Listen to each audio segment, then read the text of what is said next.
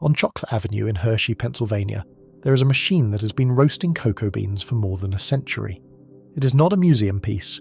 It is not roped off behind velvet. Every morning, before dawn, the drum begins to turn, and the smell that rises from it, earthy, bitter, faintly burnt at the edges, is the same smell that has drifted over this town since 1905. The machine has outlasted 2 world wars, a depression, 3 generations of workers, and the man who built it. It has outlasted the factory floor it once anchored.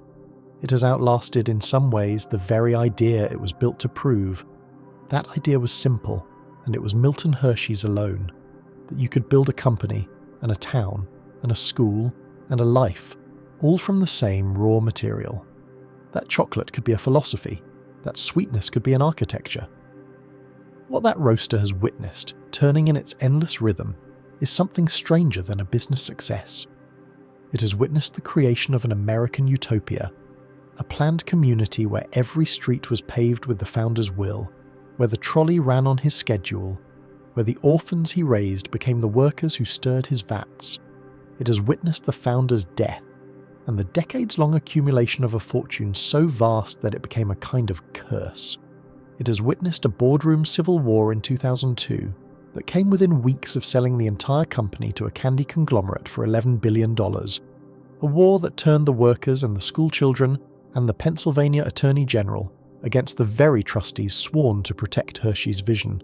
It has witnessed the quiet departure of the factory itself, the jobs drifting to Mexico, the assembly lines falling silent one shift at a time, and it has witnessed what remains. The roaster is still there.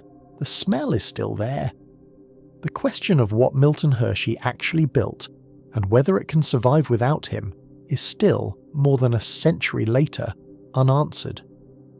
To understand how a cocoa bean roaster became the last heartbeat of a billionaire's dream, you have to go back to the cornfield, back to 1903, when there was no town, no factory, no trolley, no school, back to a man who had already failed twice and was about to bet everything, on a patch of farmland in central Pennsylvania that nobody else wanted.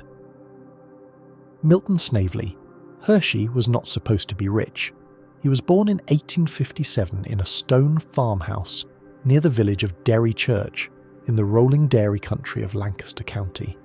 His father, Henry Hershey, was a dreamer and a drifter, a man who chased one scheme after another, from oil speculation to fruit farming to patent medicine, and who never stayed in one place long enough to watch anything grow.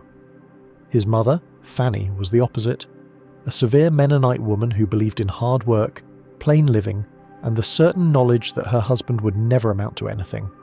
They were right about each other. Henry's ventures failed. Fanny's patience ran out. By the time Milton was a teenager, his parents were living apart, his formal education had ended after 4 years in 6 different schools, and he was apprenticed to a printer in Lancaster. He hated it.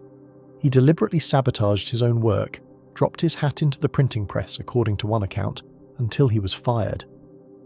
What he wanted, for reasons that were never entirely clear, was candy. His mother arranged an apprenticeship with a confectioner in Lancaster named Joseph Royer. For 4 years, Milton learned the trade, boiling sugar, pulling taffy, tempering caramel. He learned that candy was chemistry, that the difference between a chewy caramel and a grainy failure was a matter of temperature and timing. He learned that he was good at it. By 1876, at 19 years old, he struck out on his own.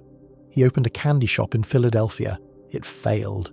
He moved to Denver, where he worked in a caramel factory and discovered that fresh milk, not the powdered or condensed milk used by most confectioners, produced a caramel that was smoother, richer, and more shelf-stable. He filed this knowledge away. Then he opened his own candy shop in Denver. It failed. He moved to Chicago. He opened a candy shop. It failed. He moved to New Orleans. He opened a candy shop. It failed. He moved to New York, where his father had resurfaced with yet another scheme, this one involving cough drops. Milton dutifully tried to sell them on the streets. The business failed. His father vanished again. Milton was 30 years old, broke, and sleeping on the floor of a tenement on the Lower East Side. He had one thing left, the knowledge that fresh milk made better caramel. He went home to Lancaster. He borrowed money from a bank. The bank turned him down. He borrowed money from his family. They had none. He borrowed money from a maiden aunt who had saved a small inheritance, and she gave him enough to rent a single room and buy sugar and a copper kettle. He made caramels by hand, using fresh milk from local farms, and sold them from a pushcart on the streets of Lancaster. The caramels were good. They were very good.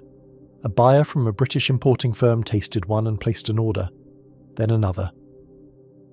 By 1886, the Lancaster Caramel Company was shipping product to England by the ton. By 1894, Milton Hershey was employing 1,400 workers and earning a profit of $1 million a year. He was 37 years old, and he had finally succeeded. Most men would have stopped there. Milton Hershey was not most men.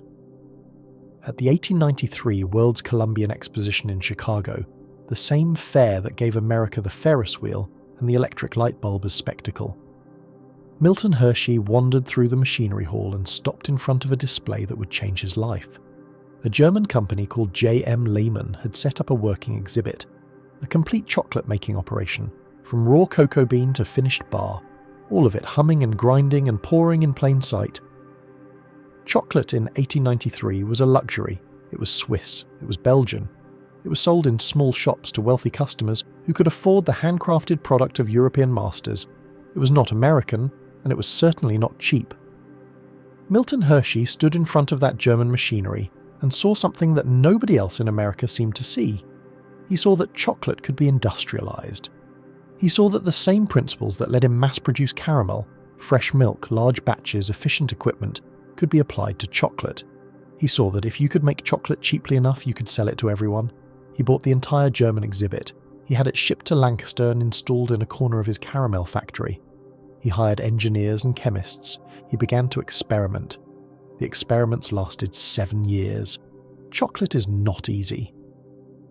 The Swiss had spent decades perfecting a process called conching, the slow grinding and heating of cocoa liquor and sugar that produces the smooth, melting texture Europeans expected. They guarded their techniques jealously. Milton Hershey had no access to those secrets. He had to figure it out himself. He worked in a small laboratory, often through the night. He adjusted temperatures, ratios, grinding times. He added milk, his signature innovation, but fresh milk curdled and spoiled.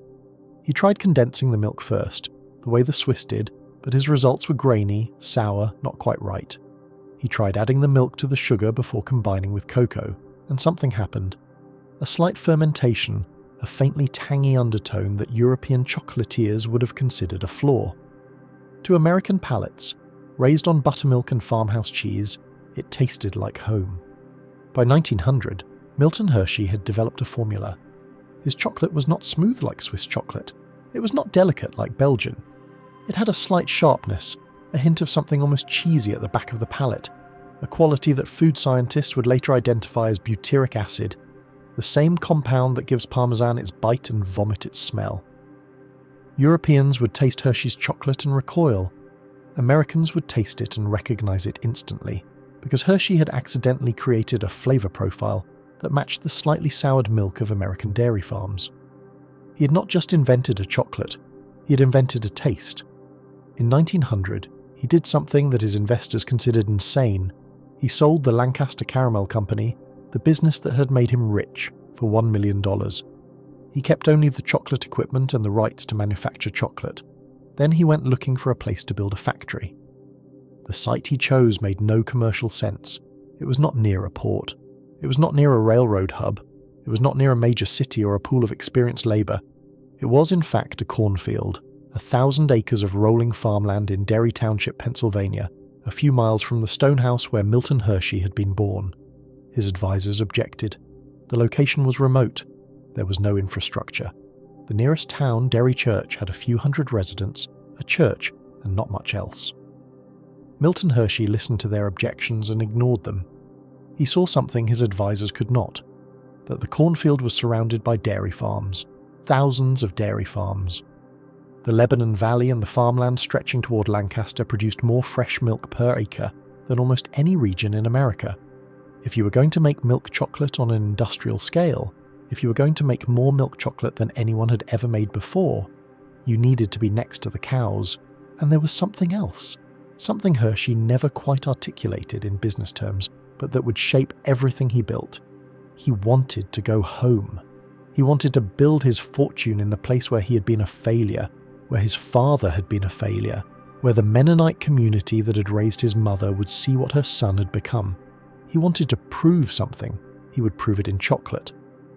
In 1903, construction began on a factory that would be the largest chocolate manufacturing facility in the world. A 6-story limestone building rose from the cornfields, 600 feet long and 200 feet wide, with a boiler house and a silo for cocoa beans and a conveyor system that could move raw materials from the railroad siding to the roasting room without a single human hand touching the product. The scale was unprecedented. The ambition was staggering. But Milton Hershey was not merely building a factory, he was building a world. The first thing he built after the factory was a trolley line. This was 1904, and most rural Pennsylvanians travelled by horse. The roads were unpaved, muddy in spring, frozen in winter, and impassable after heavy rain. If you wanted workers to commute to your factory from the surrounding farms and villages, if you wanted to bring in supplies and ship out product, you needed transportation that did not depend on horses. Milton Hershey surveyed the landscape and saw not just a factory site, but a network of connections. A trolley from the plant to the main rail line at Hummelstown, 3 miles away. Another line to the coal fields that would power his boilers. A third running east toward Lebanon, where workers could be recruited. He hired engineers, laid track, ordered electric trolley cars from Philadelphia. By 1905, when the factory opened, you could step off a train at Hummelstown and be on the factory floor in 15 minutes. He also built houses, rows of them. He had noticed that workers who lived near the factory stayed longer, worked harder, showed up sober more often than those who commuted from distant villages. So he bought more land, farms, woodlots, anything adjacent to the plant, and began constructing housing. Not tenements, not boarding houses, actual homes, modest 2-story affairs with front porches and small yards, each one wired for electricity and plumbed for running water, luxuries that most rural Americans would not have for another generation. He built them in neat rows along streets he was already naming. Chocolate Avenue ran past the factory. Cocoa Avenue ran parallel. The cross streets were named for the origins of his raw materials: Trinidad, Java, Ceylon, Aruba, Para. He built a department store where workers could buy goods on credit against their wages. He built a bank where they could deposit their earnings. He built a volunteer fire department staffed by employees. He built a park with picnic grounds and a swimming pool. By 1906, the cornfield had become a company town. It did not yet have a name. The post office still listed it as Derry Church, but everyone who lived there knew what to call it. They called it Hershey, and Milton Hershey was not finished. He married in 1898 a woman named Catherine Sweeney. She was Irish Catholic, the daughter of a New York businessman, and their union was a scandal to his Mennonite relatives. He had married outside the faith, married a city girl, married someone who wore jewellery and went to dances. Fanny Hershey, his mother, reportedly refused to attend the wedding. Catherine, Kitty he called her, was everything Milton was not. Warm where he was reserved, social where he was solitary, comfortable in the world of parties and travel and fine hotels that her husband's money now opened to them. They spent years in Europe and the Caribbean, ostensibly scouting cocoa bean sources, but really, it seemed, simply enjoying each other. Milton Hershey, who had slept on tenement floors and sold cough drops on street corners, discovered that he liked luxury. He liked hotels and ocean liners and dining rooms where waiters knew his name. What he did not have, and would never have, was children. Kitty could not conceive. The reasons are lost to medical records that no longer exist, but by the early 1900s, it was clear that the Hershey fortune would have no biological heir. For a man who had built a company town and named its streets and planned every detail of its existence, this was more than a personal sorrow. It was a structural problem. What would happen to Hershey, the company, the town, the dream, when Milton Hershey died? His answer arrived in 1909 in the form of a deed of trust. The Hershey Industrial School opened on November 15, 1909, in a farmhouse on the edge of town.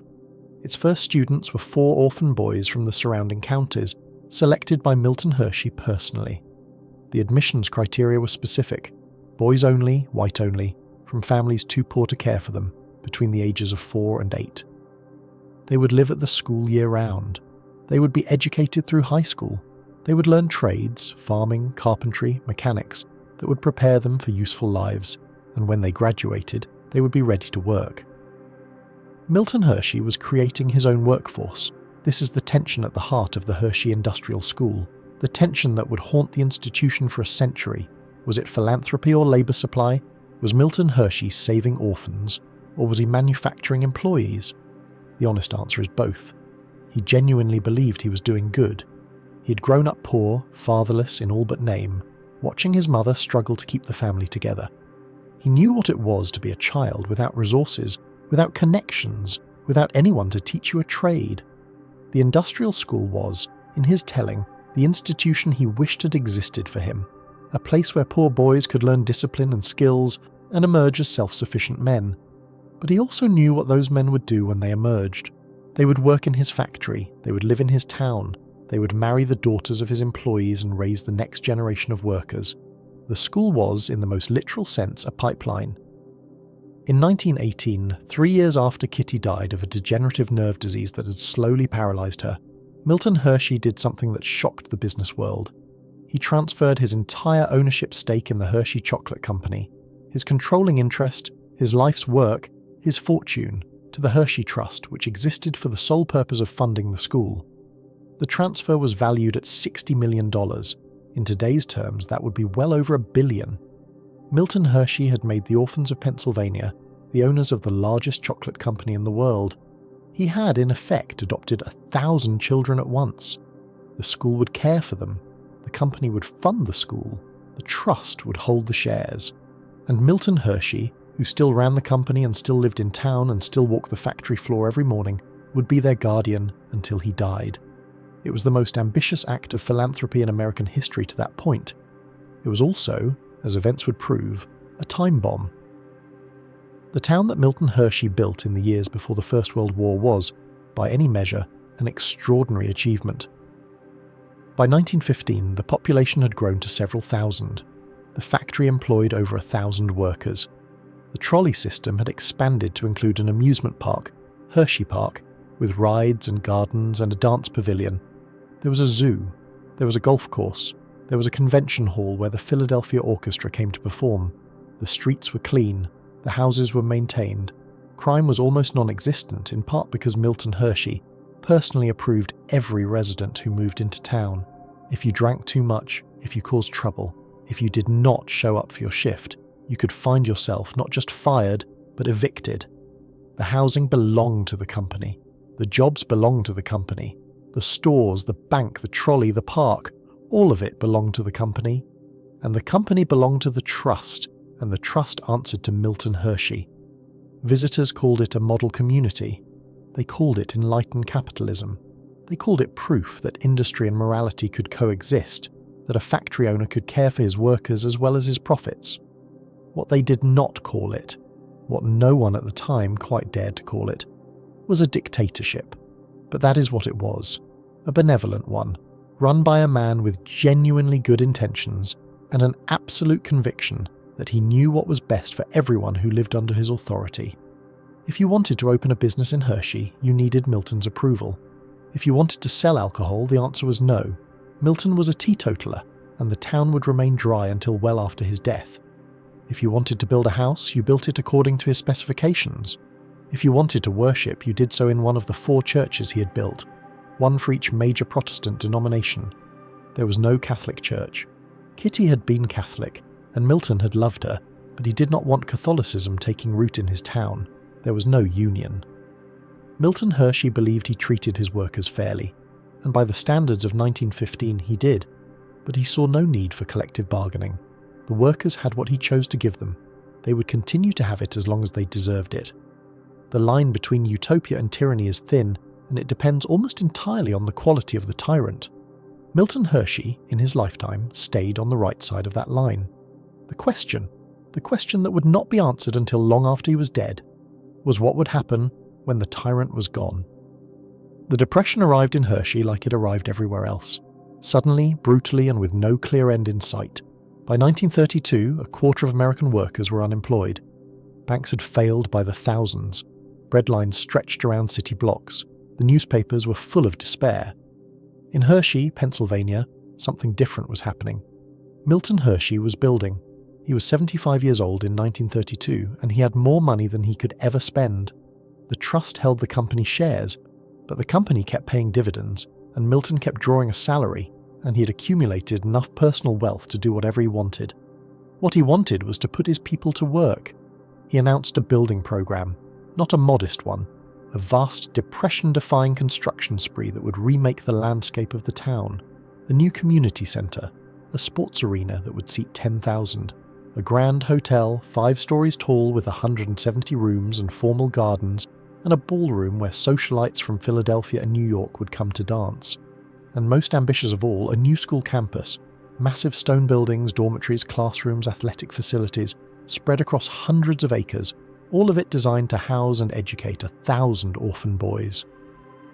The cost was staggering. The point was not the buildings. The point was the jobs. "I'm not building buildings," Milton told a reporter. "I'm building men." Throughout the worst years of the Depression, no Hershey worker lost a job. The factory stayed open. The housing stayed full. The men who might have been standing in bread lines were instead laying bricks and pouring concrete and planting gardens.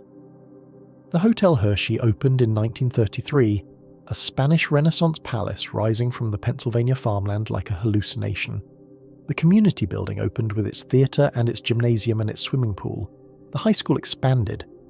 The industrial school grew to house more than 1,000 students.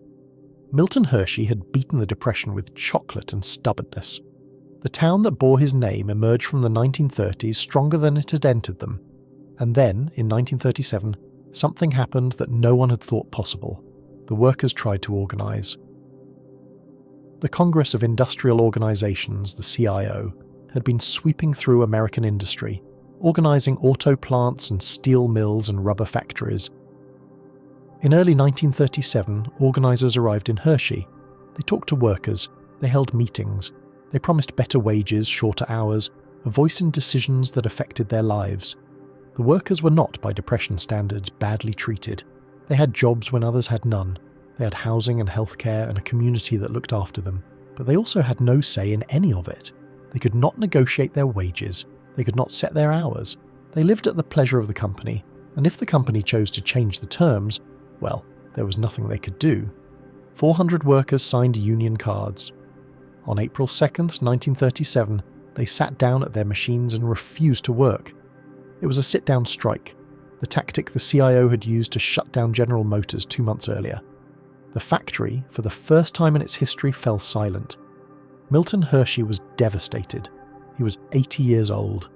He had spent 3 decades building a community where workers were supposed to be content, where the paternalism was supposed to be enough. The strike was not just an economic challenge, it was a personal betrayal. What happened next would become known as the Hershey Strike Riot, and it remains one of the ugliest episodes in the town's history. On April 5th, after 3 days of the sit-down, a crowd began to gather outside the factory. They were not the strikers, they were the other workers, the ones who had not joined the union, the loyal employees who wanted to get back to their jobs, and they were joined by farmers from the surrounding dairy country, men who sold their milk to Hershey, and who feared that a prolonged strike would spoil their product and ruin their livelihoods. The crowd grew. By midday, there were several hundred people outside the gates. Some carried baseball bats, some carried clubs, some had simply come with their fists. They stormed the factory. The violence was brief and brutal. Strikers were dragged from the building and beaten on the lawn. Some were chased through the streets. Windows were smashed. Men were bloodied. When it was over, dozens had been injured, and the strike was broken. The Union drive collapsed. It would be another 4 years before the workers of Hershey finally won collective bargaining rights, and by then, the memory of the riot would hang over every negotiation. Milton Hershey, watching from his mansion on the hill, said nothing publicly about the violence. Some historians believe he quietly approved it, that the farmers who attacked the strikers were acting with his tacit blessing. Others believe he was horrified but powerless, an old man watching his creation turn ugly in ways he could not control. What is certain is that the riot revealed something about the town that the brochures and the guided tours had always concealed. that benevolent dictatorship is still dictatorship, that a community built on one man's will has no mechanism for dissent, that the workers of Hershey, for all their clean streets and good wages, were not citizens of a utopia, they were subjects of a king, and the king was dying. Milton Hershey spent his final years much as he'd spent his middle ones, walking the factory floor, visiting the school, inspecting the grounds of the estate he had built from nothing. He was a familiar figure in town, a small, slight man in a plain suit, often seen talking to workers or stopping to watch the machinery he had designed. He never remarried after Kitty's death. He lived alone in the mansion on the hill, attended by servants, surrounded by the empire he had created. He died on October 13th, 1945, at the age of 88. The war was over, the factory was humming. The school held more than 1,000 boys. The trust that bore his name controlled assets worth, at that moment, roughly $100 million. His body lay in state in the rotunda of the Hershey Community Building, and the workers filed past by the thousands, the men who had stirred his vats and poured his moulds, the boys who had grown up in his school and gone to work in his plant, the families who had lived their entire lives in houses he had built on streets he had named. They came to pay their respects to the man who had created everything they knew.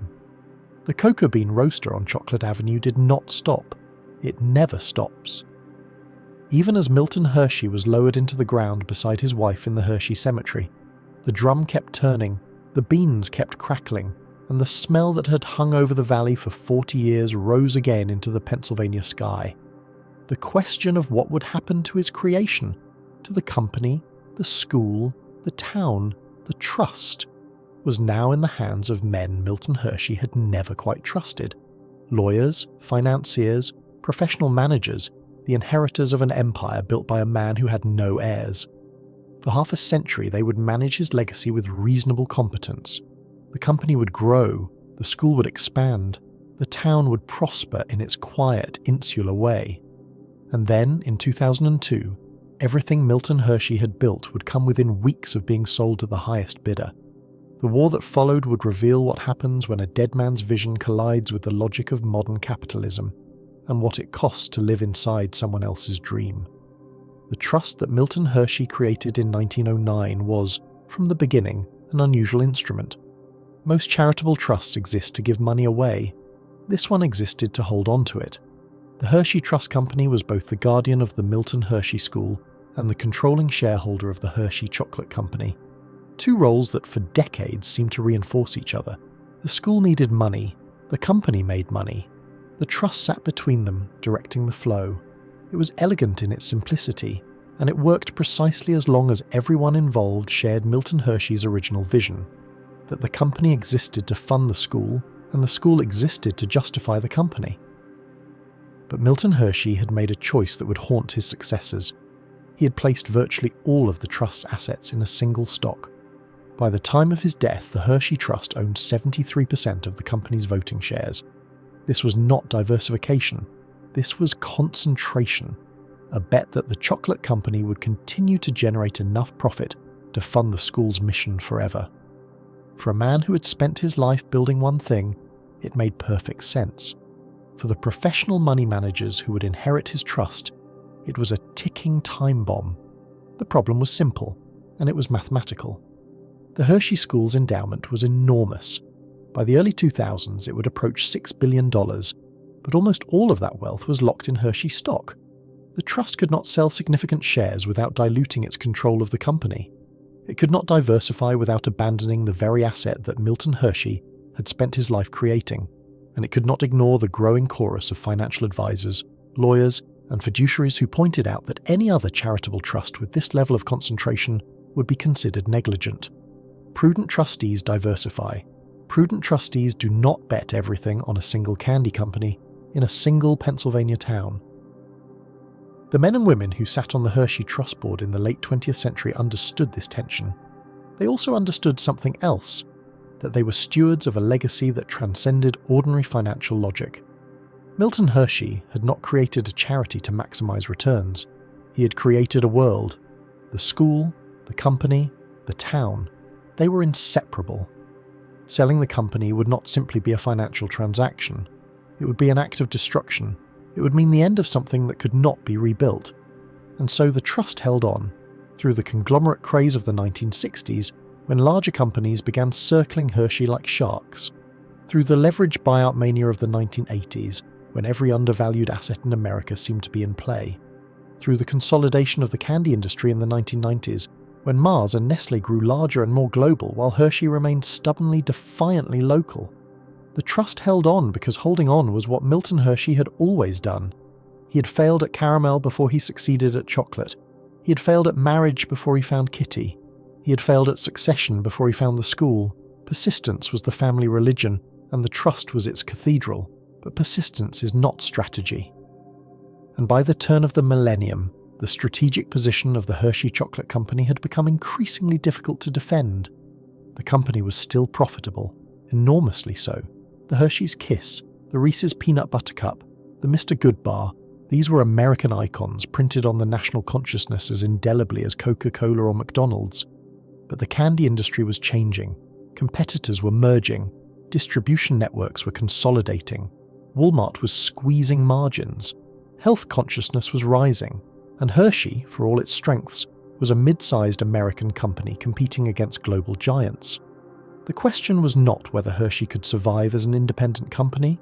The question was whether it could thrive. And the answer, according to an increasing number of analysts, was probably not. In the summer of 2002, the Hershey Trust Board made a decision that would shake the foundation of everything Milton Hershey had built. After months of secret deliberation, after consulting with investment bankers and lawyers and fiduciary specialists, after weighing the legal requirements of prudent trust management against the intangible obligations of legacy, they voted to explore a sale of the company. The vote was not unanimous, but it was decisive. The board believed, or at least enough members believed, that the time had come to diversify, that the school's long-term interest required a more balanced portfolio, that the concentration risk was simply too great to ignore, that Milton Hershey himself, if he had understood modern portfolio theory, would have agreed. They were probably wrong about that last part. The news leaked on July 25, 2002. The reaction was immediate and visceral. In the town of Hershey, the announcement landed like a bomb. Workers who had spent their entire careers in the factory learned from television that their jobs might be sold to the highest bidder. Families who had lived in Hershey for generations discovered that the company that gave the town its name, its identity, its reason for existence, might soon belong to strangers. The street lamps shaped like Hershey's Kisses, the trolley that still ran on Chocolate Avenue, the smell of cocoa that hung in the air, all of it suddenly felt precarious. For the first time in nearly a century, the future of Hershey was not in the hands of anyone who lived there. The suitors arrived quickly. Nestle, the Swiss giant, expressed interest. Wrigley, the chewing gum empire, began assembling a bid. Cadbury Schweppes, the British confectioner, hired bankers and started running numbers. The figures being discussed were staggering. $10 billion, $11 billion, $12 billion. For a controlling stake in Hershey, the world's largest chocolate companies were prepared to pay a premium that would have made Milton Hershey's head spin. The trust's investment bankers estimated that a sale could generate proceeds sufficient to fund the school's mission for centuries: real diversification, real security, real fiduciary prudence. But fiduciary prudence is a cold comfort when your town is being sold out from under you. The resistance began almost immediately. It came from the workers, who saw their jobs threatened. It came from the alumni of the Milton Hershey School, who saw their founder's vision betrayed. It came from the residents of Hershey, who saw their community reduced to a line item on a spreadsheet. And it came, most consequentially, from the Attorney General of Pennsylvania, a man named Mike Fisher, who saw an opportunity to become a hero. Under Pennsylvania law, the Attorney General has oversight authority over charitable trusts. This is usually a sleepy, bureaucratic function, reviewing annual reports, ensuring compliance with donor intent, occasionally intervening in cases of obvious malfeasance. But the sale of the Hershey Company was not an ordinary trust matter. It was, as Fisher quickly recognized, a political goldmine. The AG's office announced that it would review the proposed sale to ensure that it complied with Milton Hershey's original intentions. It began holding hearings. It began taking testimony. It began, in effect, putting the Hershey Trust Board on trial in the court of public opinion. The hearings were extraordinary theatre. Worker after worker testified about what Hershey meant to them: the jobs, the stability, the sense of belonging to something larger than a paycheck. Alumni of the Milton Hershey School stood before microphones and described how the company's presence in the town had shaped their lives, how selling it would betray the man who'd rescued them from poverty and given them a future. Local business owners explained how their livelihoods depended on the factory's continued operation. Retirees wept. Families brought their children. The message was consistent and devastating. This sale was not a financial transaction. It was a betrayal. The trust board members, for their part, struggled to defend themselves. They pointed to their legal obligations. They cited the advice of their financial consultants. They explained the principles of modern portfolio management. They noted correctly that the school's endowment was dangerously undiversified, that any responsible trustee would seek to reduce concentration risk, that they were acting in the school's best long-term interests even if the short-term optics were painful. None of it mattered. The board members were lawyers and financiers and professional trustees, exactly the kind of people Milton Hershey had never quite trusted. And now they were trying to sell his company to foreigners. The narrative was simple, and it was fatal. On September 4, 2002, the Hershey Trust Board voted to halt the sale process. The official explanation cited changed circumstances and market conditions. The real explanation was simpler. They had lost. The Attorney General had threatened legal action. The workers had organised protests. The alumni had mounted a public relations campaign. And the people of Hershey had made it clear, in terms that could not be misunderstood, that they would not accept the dismemberment of their town. The bidders withdrew. The investment bankers collected their fees and moved on to the next deal. The Hershey Company remained independent, still controlled by the trust, still anchored in the Pennsylvania town that bore its name. But the victory, if it was a victory, came at a cost. The 2002 crisis had exposed the fundamental tension at the heart of Milton Hershey's creation, the tension between a company that needed to compete in a global marketplace and a trust that existed to preserve a dead man's dream. The trust board had been humiliated. Several members resigned. The AG's office extracted commitments to reform governance, to add community representatives, to ensure that any future sale discussion would involve public input. The message was clear. The Hershey Trust was no longer a private fiefdom. It was a public trust in the fullest sense, accountable not just to the school, but to the workers, the alumni, the residents, and the politicians who had discovered that defending Hershey was very good politics indeed. The cocoa bean roaster on Chocolate Avenue kept turning through all of it. The drums did not pause for press conferences. The beans did not wait for board votes. Whatever drama was unfolding in the boardrooms and the hearing rooms and the editorial pages, the factory continued to produce chocolate at the same relentless pace it had maintained since Milton Hershey first fired up the machinery in 1905. This was the other message of 2002, the one that got lost in the coverage of corporate warfare, that the company itself was still working, that the brand was still strong, that Americans were still eating Hershey's Kisses by the billions. The crisis had been about control, not about competitiveness, and control for the moment had been preserved. But preservation is not the same as progress, and the years that followed 2002 would reveal that saving the company from sale was only the beginning of Hershey's troubles. The first problem was the school. The Milton Hershey School, by the early 2000s, had become an institution unlike any other in American education. It was not a boarding school in the traditional sense, not Exeter or Andover, preparing the children of the elite for the Ivy League. It was a school for children in need, as it had always been, but need had changed dramatically since Milton Hershey first opened his doors in 1909. The original students had been white male orphans, boys with no parents and no prospects, who arrived with nothing and left with a trade and a work ethic and a debt to the man who had saved them. By the 21st century, the student body looked very different. It was racially diverse. It included girls as well as boys, and the students were not orphans in the classic sense. Most had at least one living parent, but children from troubled homes, broken families, situations of poverty and dysfunction that Milton Hershey could not have imagined. The school took these children and gave them everything: housing, food, clothing, education, medical care, counselling, extracurricular activities, and the constant supervision of house parents who lived with them around the clock. The model was total immersion. Students did not commute from Hershey to troubled neighbourhoods and back. They lived at the school, in comfortable homes scattered across the campus, surrounded by other students in similar circumstances, educated by teachers who understood their backgrounds, supported by an endowment that could afford to spend lavishly on their welfare.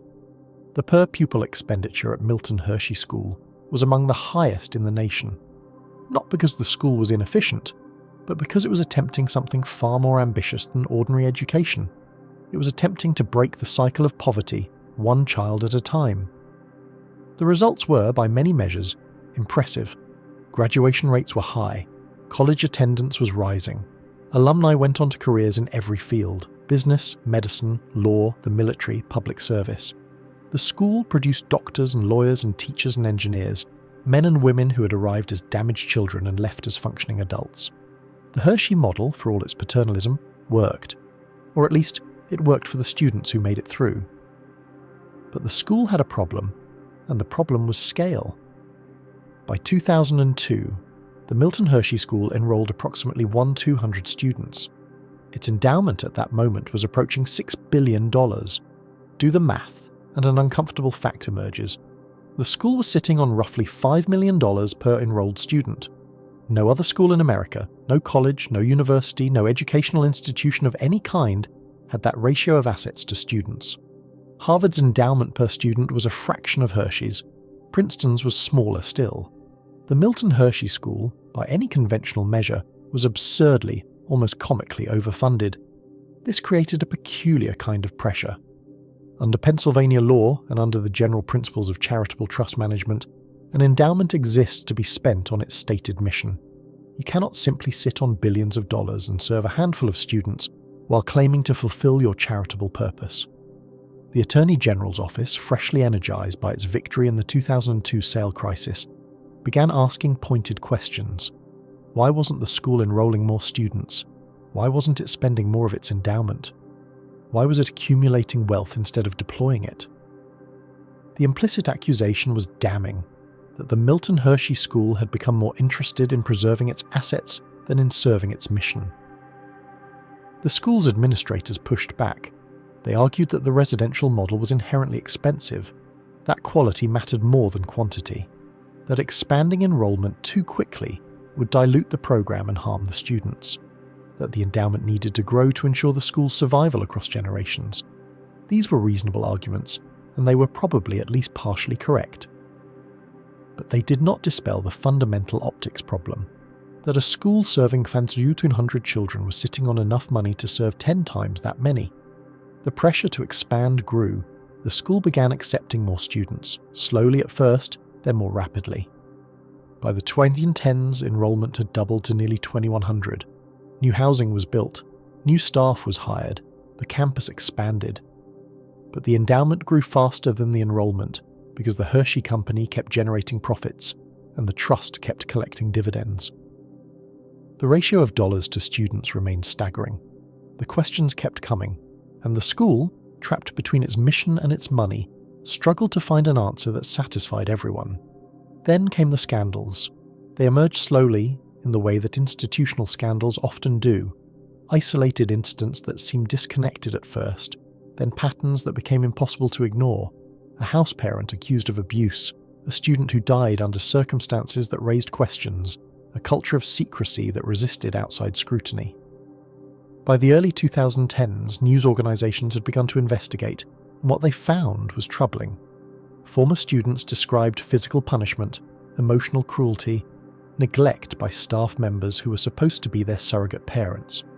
Some accounts stretched back decades, allegations of mistreatment that had been buried, ignored, or settled quietly without acknowledgement. The school denied systemic problems. It pointed to its robust child protection policies, its background checks, its oversight mechanisms. It acknowledged isolated incidents of misconduct, but insisted that these were aberrations, not reflections of institutional culture. The administration noted correctly that the school served a uniquely vulnerable population, children who had already experienced trauma, who sometimes made allegations that were difficult to verify, who came from situations where dysfunction was the norm. Managing such a population was inherently challenging. Mistakes were inevitable. What mattered was how the institution responded. but the response, in the view of many critics, was inadequate. The school had resisted transparency. It had settled lawsuits with confidentiality agreements that prevented accusers from speaking publicly. It had defended staff members who should have been removed. It had prioritized institutional reputation over individual welfare. The very paternalism that had defined Milton Hershey's vision, the assumption that the school knew best, that outsiders could not understand the complexity of caring for damaged children, had become a shield against accountability. The parallels to 2002 were uncomfortable. Once again, the Milton Hershey School found itself on the defensive, accused of betraying the mission it claimed to serve. Once again, the Attorney General's office began asking questions. Once again, the people who ran the institution, well-intentioned professionals doing difficult work, found themselves cast as villains in a narrative they did not control. And once again, the fundamental tension at the heart of Milton Hershey's creation was exposed. The tension between serving children and serving the institution, between the mission and the money, between what the founder had intended and what his successors had built. The cocoa bean roaster does not know about any of this. The drum turns, the beans crackle, the smell rises. On Chocolate Avenue, in the shadow of the factory that Milton Hershey built, the machinery continues to do what it has always done: convert raw materials into something sweet. The roaster does not know that the factory it serves has been shrinking for years. That production has been shifting to facilities in Pennsylvania's Lehigh Valley, to a massive plant in Monterrey, Mexico, to contract manufacturers scattered across the globe, that the Hershey workforce in the town of Hershey has declined from its mid-century peak of more than 6,000 to a fraction of that number, that the street lamps still look like kisses, but fewer and fewer of the kisses are actually made beneath them. This is the quiet betrayal that the 2002 crisis obscured. The fight over the sale was loud and dramatic and ultimately successful. The company remained independent, the trust retained control, the town kept its name. But while everyone was watching the boardroom drama, the economics of chocolate manufacturing were doing what economics always does, seeking efficiency, chasing lower costs, following the logic of the global supply chain. Milton Hershey had built his factory in a Pennsylvania cornfield because land was cheap and milk was plentiful and workers were available. His successors kept the factory running because inertia is powerful and communities resist change, and there is value in the story of a chocolate bar made in the town called Hershey. But value is not the same as necessity, and when Hershey executives looked at their cost structures and their competitive position and their obligations to shareholders, they made the same calculation that executives at thousands of American companies have made over the past several decades. They moved production to where labor was cheaper. The Mexican plant opened in 2014. It was not the first time Hershey had manufactured outside Pennsylvania, but it was the most significant. The Monterrey facility was massive, modern, and efficient. Everything that the aging Chocolate Avenue plant was not. It could produce Kisses and Reese's and Hershey bars at volumes and costs that the Pennsylvania operations could not match. The company insisted that American jobs would be preserved, that Hershey would remain committed to its hometown, that the move was about growth, not abandonment. But the workers in Hershey understood what was happening. They had seen it happen to other American manufacturing towns. They knew that commitment and growth are management words, and that the real measure of commitment is headcount, and that headcount was going down.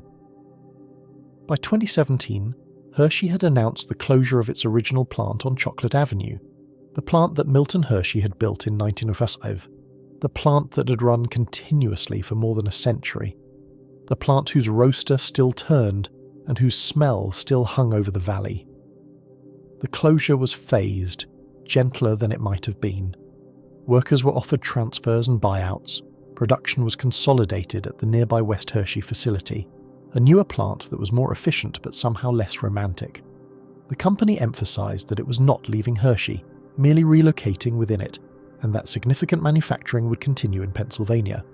But the original plant, the building where Milton Hershey had invented his recipe, where workers had rioted in 1937, where the smell of chocolate had first risen from Pennsylvania soil, would fall silent. Except for the roaster. The cocoa bean roaster was saved. It was designated a historic artifact, preserved not because it was necessary, but because it was symbolic. The drum still turns, the beans still crackle. Visitors can still watch the process and smell the result, and imagine what it must have been like when this was the beating heart of an empire, when 6,000 workers poured through the gates every morning, when Milton Hershey himself walked the floor and inspected the machinery and knew every foreman by name. The roaster is a monument now, a functioning monument, which is the strangest kind because it still does what it was built to do even though nothing depends on it anymore. The question that hangs over Hershey now is whether a monument can sustain a town, or whether a town needs something more than memory to survive. Drive through Hershey today and you will see a place caught between its past and an uncertain future. The streetlights still rise in their kiss-shaped silhouettes, casting their glow over avenues named Chocolate and Cocoa and Java, but the foot traffic beneath them has thinned. The amusement park still draws summer crowds, 3 million visitors in a good year, families arriving from Philadelphia and Baltimore and beyond to ride the roller coasters and pose beneath the Hershey Park sign. The Hotel Hershey still perches on its hilltop, its Mediterranean tiles gleaming, its spa still offering chocolate-infused treatments to guests paying $400 a night for the privilege of sleeping where Milton Hershey once entertained his most important visitors. The surface of the town remains intact. The architecture of benevolent capitalism still stands, but beneath the surface the mathematics have shifted.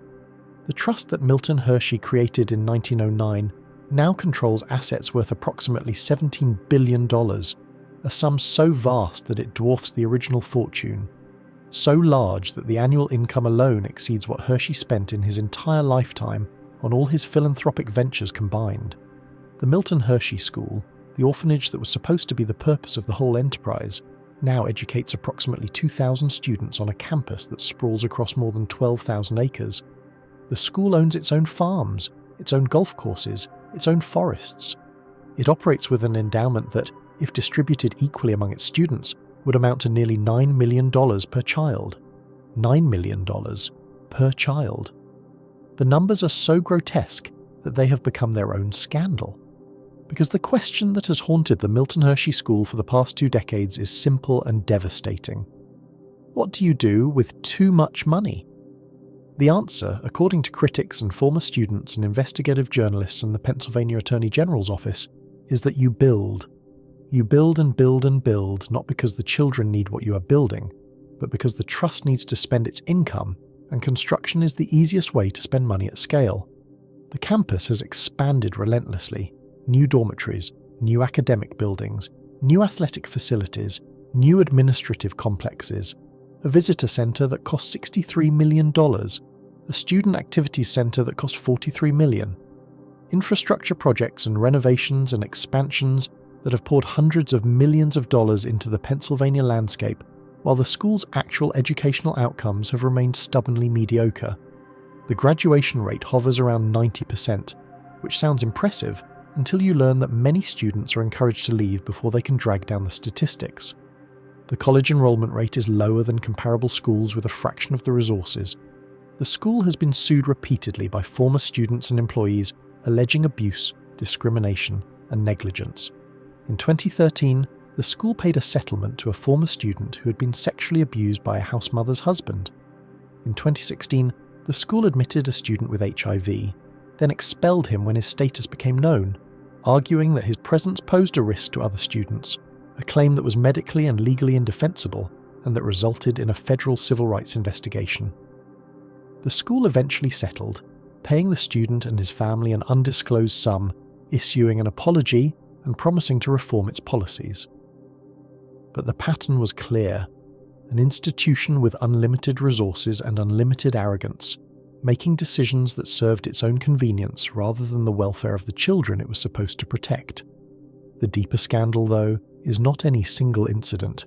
It is the structural problem that Milton Hershey created when he tied his fortune to a single school in a single town in a single state.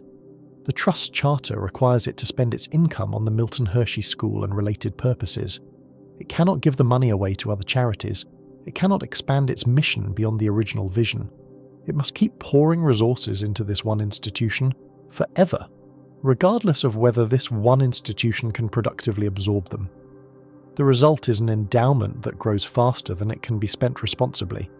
a perpetual motion machine of accumulating wealth that has created a school richer than many small nations, governed by a board that has often seemed more interested in protecting its own authority than in serving its students. The 2002 crisis, for all its drama, did not resolve this fundamental tension. It prevented the sale of the company. It kept the trust intact.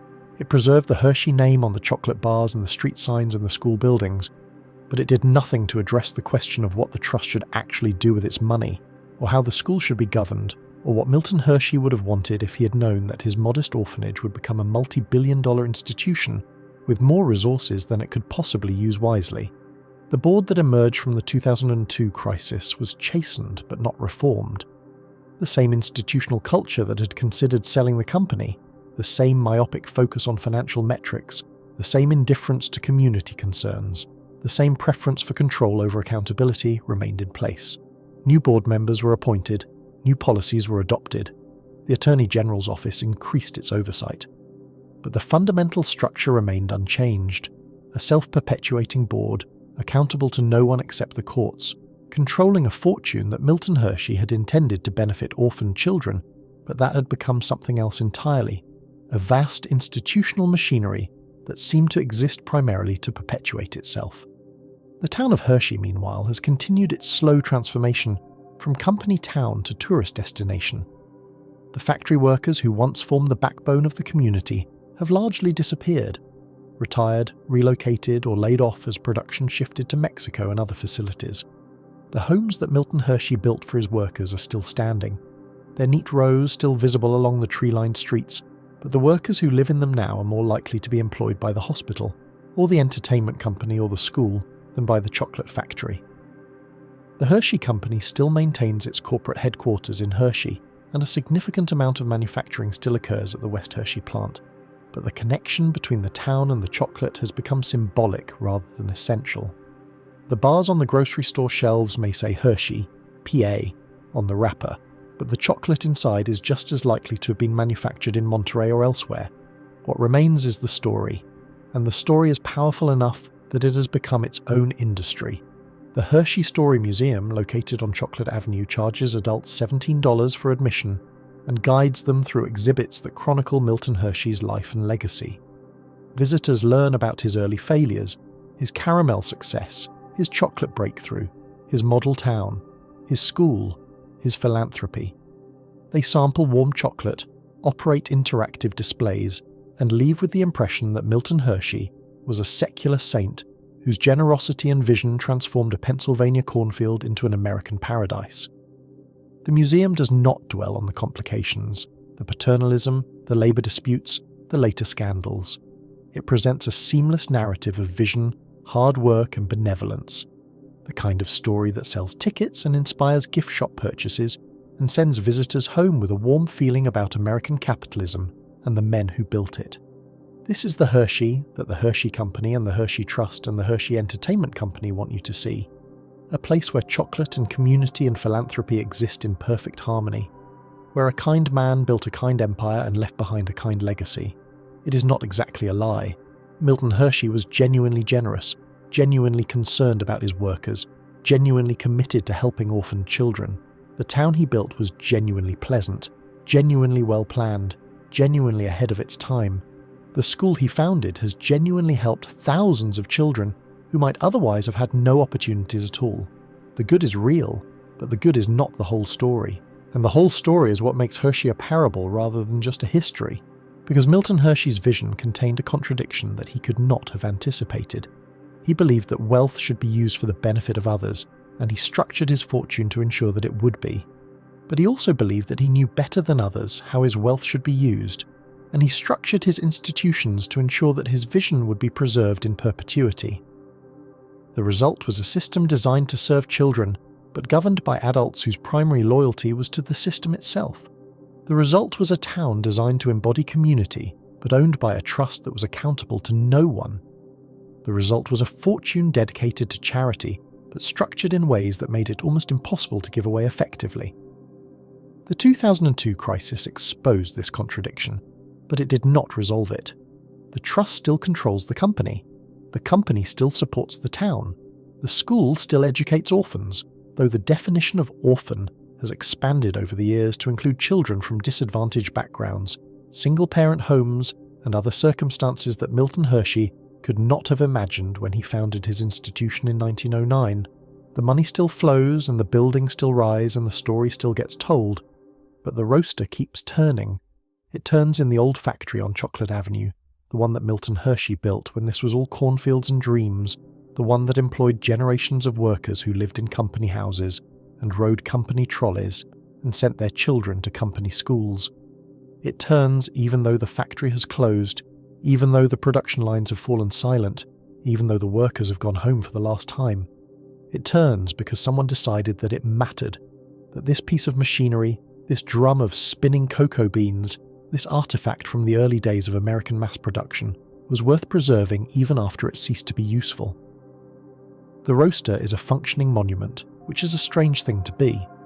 A monument is supposed to be still, a statue, a plaque, a building frozen in time, but the roaster moves, the drum rotates, the beans tumble and crack and release their oils, filling the air with that smell, the smell that Milton Hershey first discovered in Lancaster and then reproduced on an industrial scale in the middle of Pennsylvania Dutch country.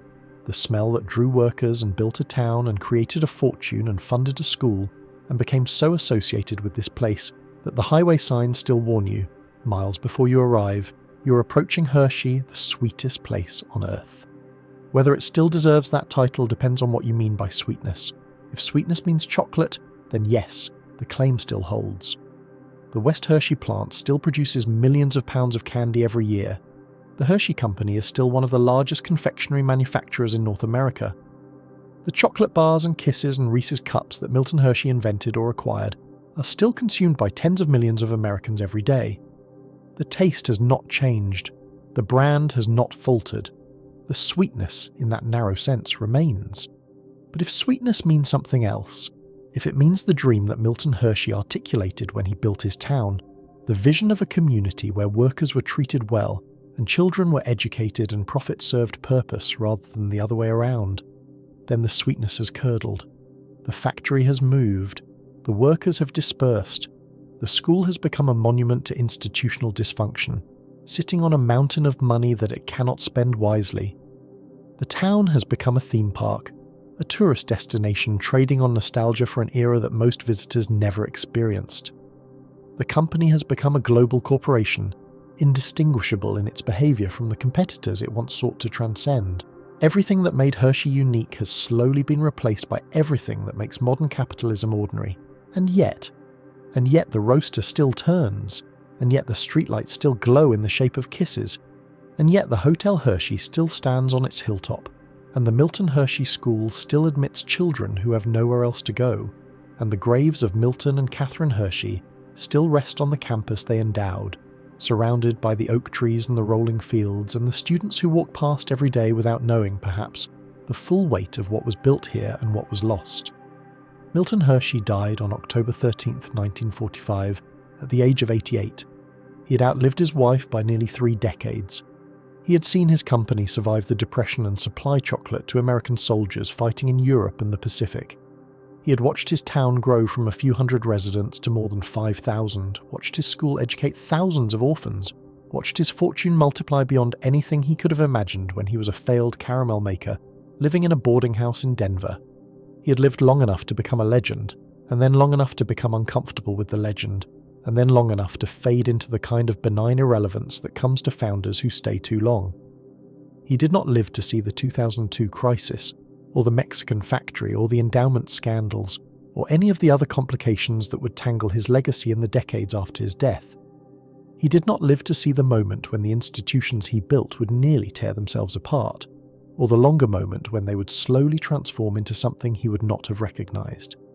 He died believing, presumably, that he had done what he set out to do, that he had built something lasting, something good, something that would continue his work long after he was gone. In a way, he was right. The Hershey Company still makes chocolate. The Milton Hershey School still educates children. The town of Hershey still exists, still bears his name, still welcomes visitors who want to see where the Chocolate King built his kingdom. The structures he created have proven remarkably durable. More durable, perhaps, than they should have been, given the pressures that have tested them. But durability is not the same as faithfulness, and the question that hovers over Hershey now is whether the institutions that Milton Hershey built still serve the purposes he intended, or whether they have become monuments to themselves. Elaborate machinery that continues to turn, like the roaster on Chocolate Avenue, not because anyone needs what it produces, but because no one can figure out how to make it stop. The answer, like most answers, is complicated. The school still helps children, the company still employs workers, the town still exists, but the help is not what it could be, given the resources available. The employment is not what it was, given the jobs that have left. The town is not what it was built to be, given the transformation from manufacturing community to tourist attraction. Everything is still there, and everything has changed, and the change is so gradual that you could live in Hershey your whole life and not quite notice how different it has become. The roaster, though, the roaster notices nothing. It does not know that the factory around it has closed. It does not know that the beans it roasts are now symbolic rather than essential. It does not know that it has become a museum piece, an artifact, a curiosity preserved for visitors who want to see what chocolate production used to look like before it moved to more efficient facilities in more cost-effective locations. The roaster simply does what it was built to do. It turns and turns and turns, heating the beans and cracking the shells and releasing the smell that Milton Hershey first fell in love with more than a century ago. There is something almost defiant about it, this machine that keeps working even though its work no longer matters. It is a refusal to acknowledge that the world has moved on. It is the insistence that some things are worth preserving even when their practical purpose has ended.